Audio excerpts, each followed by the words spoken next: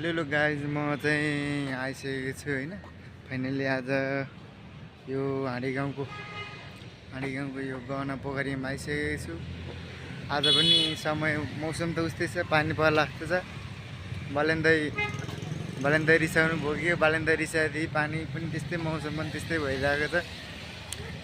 अनि आज चाहिँ छुट्टी थियो होइन, छुट्टी थियो।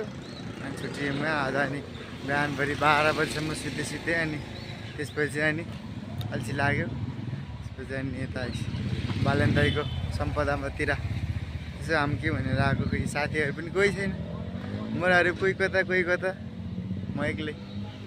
मेरो चाहिँ यो अब कहिलेकाहीँ अब बर्थडे थलो हो होइन। बर्थडेमा आउने, केक चाहिँ खाने अनि जाने हो। आज मेरो छुट्टी भएको कारणले म यहाँ आएको छु होइन। फेरि यो ठाउँ देउस रमाइलो लाग्छ। बस्ने ठाउँ छ, यहाँ जोडी आउँछन्, बिचरा जोडी आउँछन्। यहाँ बस्ने ठाउँ छ, जोडी यता बस्ने ठाउँ छ। म पनि जोडी लिएर आउँछु कुनै दिन भएपछि, तपाईँहरू फाइनली देखाउनेछु। आजलाई यति नै।